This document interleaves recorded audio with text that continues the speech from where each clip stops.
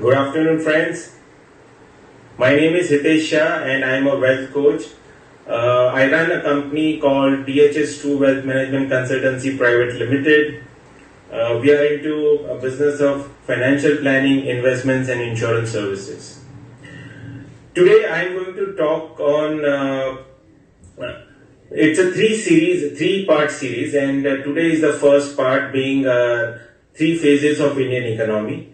And tomorrow we are going to take the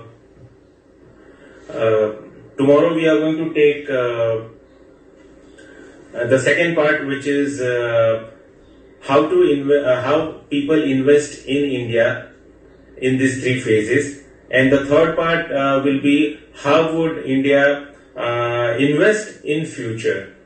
So let us begin with the first part, three phases of Indian economy. India is a young country of just 73 years old. The economy is 73 years old. And since then, since we inherited the economy in 1947. So I have made three phases of Indian economy. The first phase being 1947 to 1991. The second phase is 1991 to 8th November 2016, 8 p.m. to be precise, when Modi ji came on TV.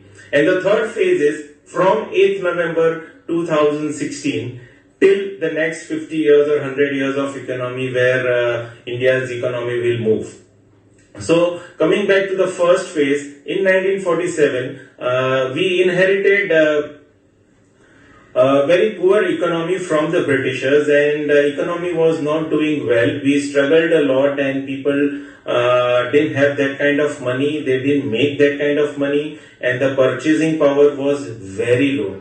And people didn't invest much money into not many assets also.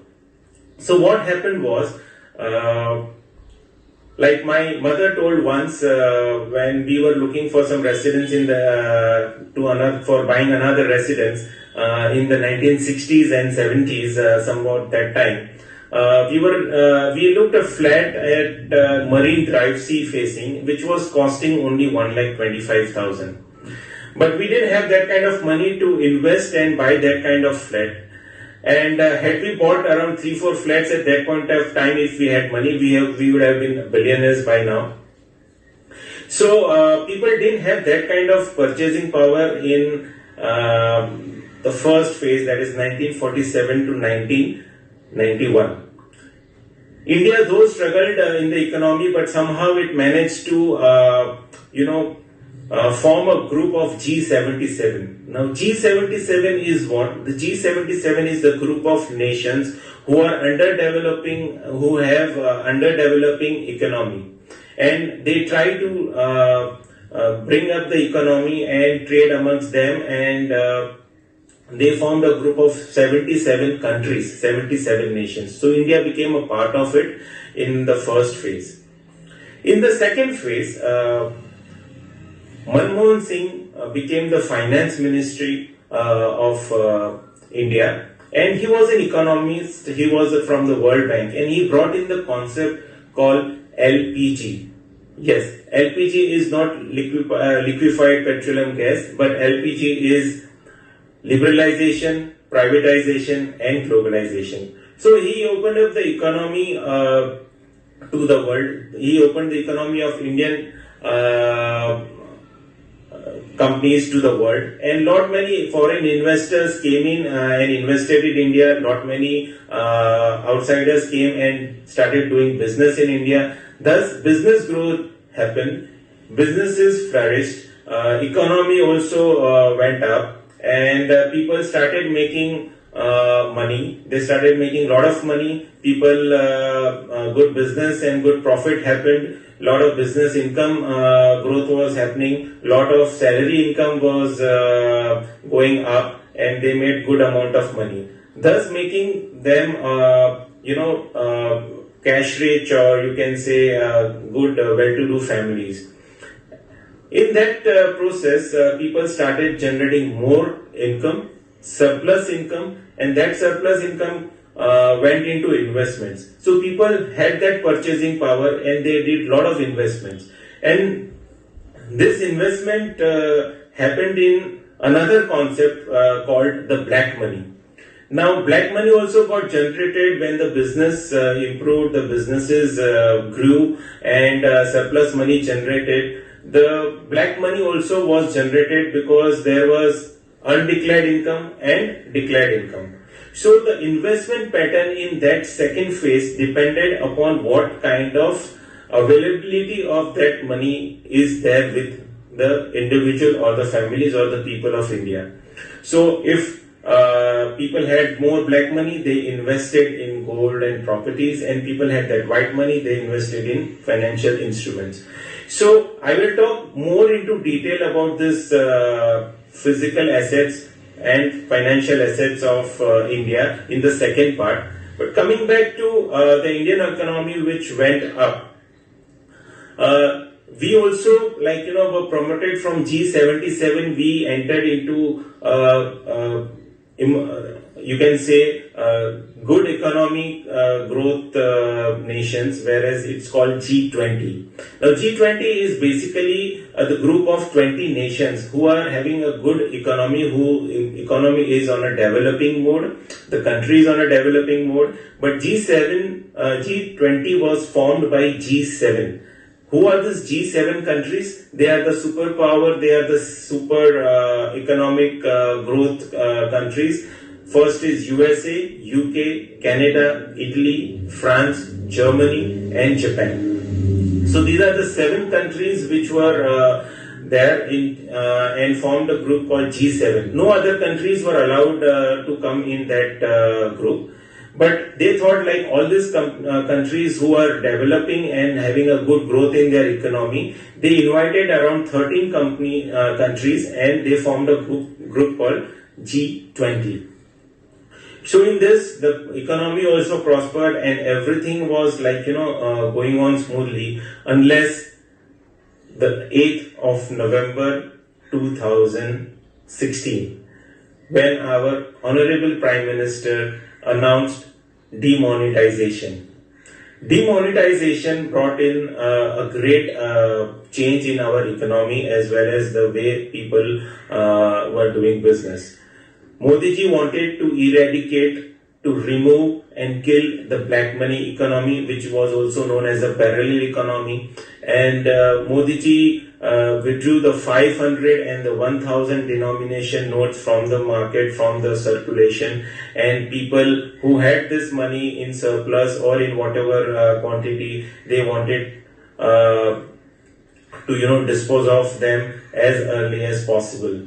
And Modi ji wanted white economy, a complete transparent economy where actual economy, the actual transparent, it will again bring it growth in the economy.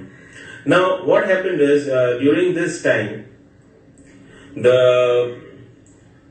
even the